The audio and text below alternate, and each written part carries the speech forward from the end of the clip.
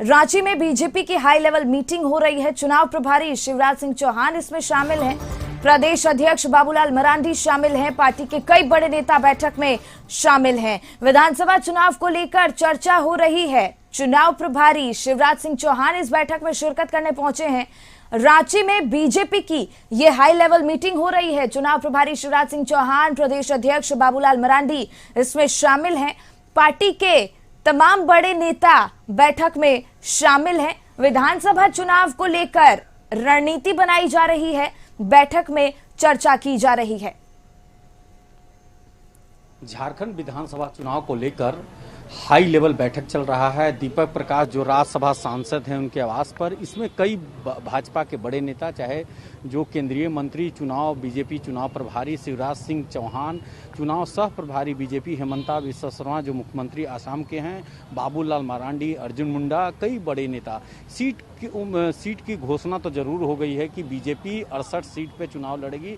10 जो हैं आशु पार्टी सुदेश महतो के चुनाव लड़ेगी, और जो स्थिति है कि जदयू 2 सीट पर, एलजेपी रामविलास की पार्टी 1 सीट पर चुनाव लड़ेगी। लेकिन अभी भी जो उम्मीदवारों को नाम का फाइनल नहीं हुआ है, उसको लेकर लगातार मंथन हो रहा है। अभी दिखाना चाहेंगे कि दीपक प्रकाश के आवास पर, इसी आवास के अंदर हाई लेवल बैठक चल रही है। और इस बैठक का उद्देश्य क्या है, कैसे उम्मीदवारों को, क्योंकि लगातार जिस तरह से हेमंता बिस्वा शर्मा सबसे मिल रहे हैं, कल लगभग 1.5 घंटे सुदेश महतो आवास पर जाकर मिले, उसके बाद प्रेस कॉन्फ्रेंस शुरू हुआ और आज फिर से दीपक प्रकाश के घर पर हाई लेवल बैठक चल रही है। इस बैठक का उद्देश्य है कि कैसे जो 68 सीट और 10 सीट गठबंधन के लोगों को दिया गया है, 2 सीट जदयू को और 1 सीट एलजेपी को, तो इस पर मंथन हो रहा है कि कौन उम्मीदवार कहां से होंगे। इसको लेकर हाई लेवल बैठक चल रही है। अपने सहयोगी प्रदीप सिन्हा के साथ संतोष कुमार, सक्सेस न्यूज रांची।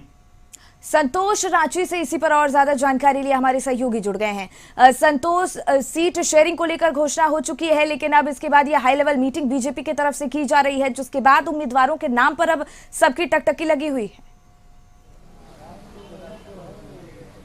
देखिए, जो स्थिति है कि लगातार जो हाई लेवल बैठक, जो दीपक प्रकाश बीजेपी सांसद हैं उनके आवास पर एक बैठक है, जिसमें चुनाव सह प्रभारी शिवराज सिंह चौहान और जो हेमंता बिस्वा शर्मा हैं, वो भी इस असम के मुख्यमंत्री हैं, बैठक में उपस्थित हैं, और बाबूलाल मरांडी और दीपक प्रकाश, राज्यसभा सांसद दीपक प्रकाश, अर्जुन मुंडा जो पूर्व केंद्रीय मंत्री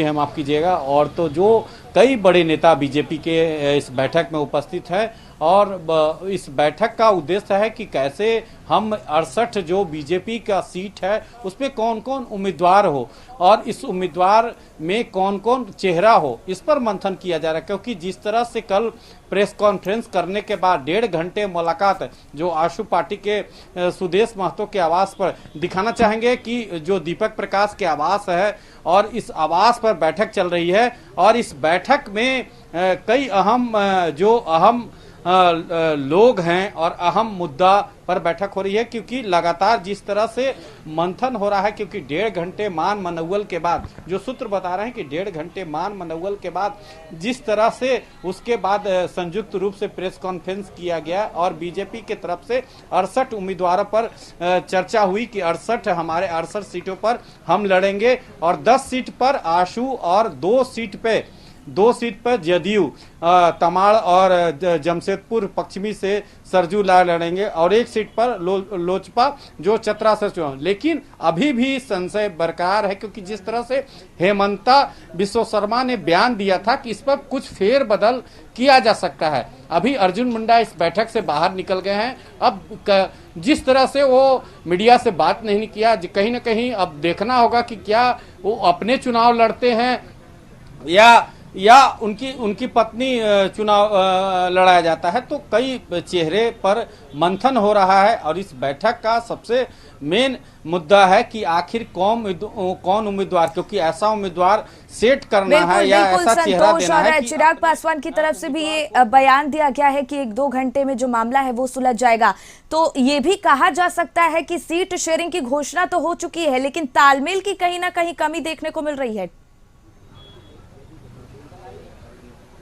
बिल्कुल, सिखा। आपने ठीक कहा कि जिस तरह से लगातार सीट को लेकर तो फैसला हो चुका है कि 68 सीट पर हम लड़ेंगे, 10 सीट पर हमारा गठबंधन आशु पार्टी के लोग जो गठबंधन के हैं सुदेश महतो की पार्टी वो लड़े, 2 सीट पर जदयू और 1 सीट पर लोजपा। लेकिन जो चेहरा कौन कौन चेहरा हो गए, चाहे रांची की बात करें, कांके की बात करें या कई जो सीट घोषणा हुआ उस पर कौन कौन चेहरा होगा, इस पर लगातार मंथन हो रहा है। इसको लेकर संशय अभी बरकरार है और इस पर ही मंथन चल रहा है।